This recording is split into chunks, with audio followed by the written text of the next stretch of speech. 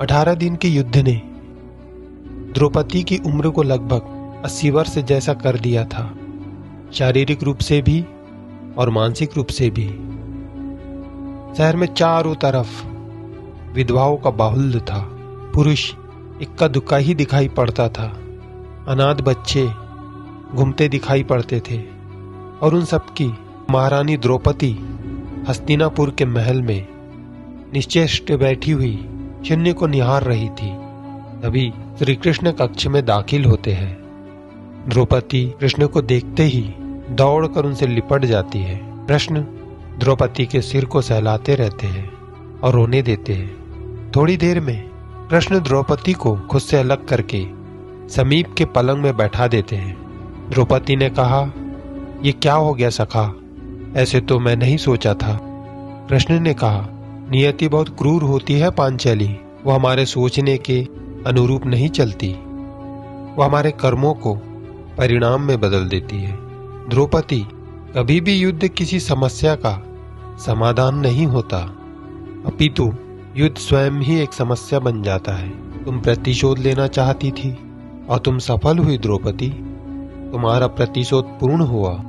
सिर्फ दुर्योधन और दुशासन ही नहीं, अपितु सारे कौरव समाप्त हो गए। तुम्हें तो प्रसन्न होना चाहिए। द्रौपदी ने कहा, सखा तुम मेरे घाव को सहलाने आए हो?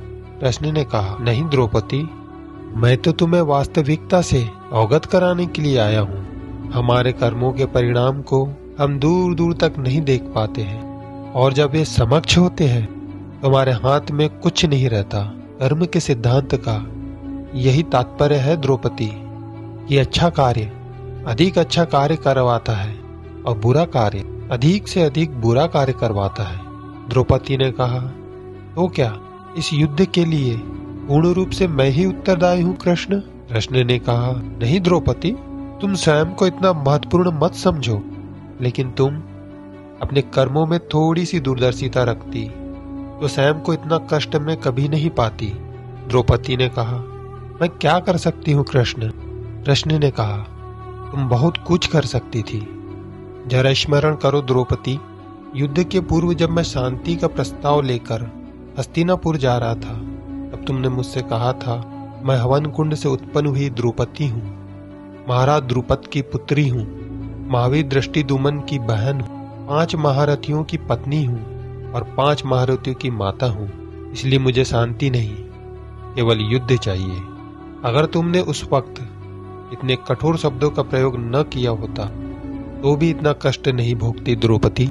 जब तुम्हारा स्वयंवर हो रहा था तब तुम कर्ण को अपमानित नहीं करती और उसे प्रतियोगिता में भाग लेने का एक अवसर देती तो भरी सभा में कर्ण तुम्हें वेश्या नहीं कहता, तो शायद परिणाम कुछ और होते। जब कुंती ने तुम्हें 5 पतियों की पत्नी बनने का आदेश दिया, इसके बाद अब तुम उसे स्वीकार नहीं करती तो भी परिणाम कुछ और होते। और उसके बाद तुम अपने महल में दुर्योधन को अपमानित करते हुए यह न कहती कि अंधों के पुत्र तो अंधे होते हैं, तो उस अपमान के बदले में दुर्योधन तुम्हारा चीरहरण नहीं करता, तब भी शायद परिस्थितियां कुछ और होती। हमारे शब्द भी हमारे कर्म होते हैं द्रौपदी।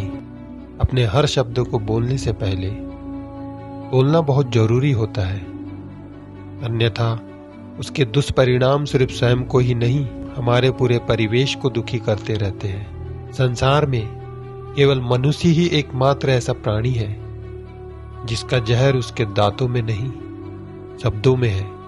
इसीलिए शब्दों का प्रयोग सोच समझकर करना चाहिए।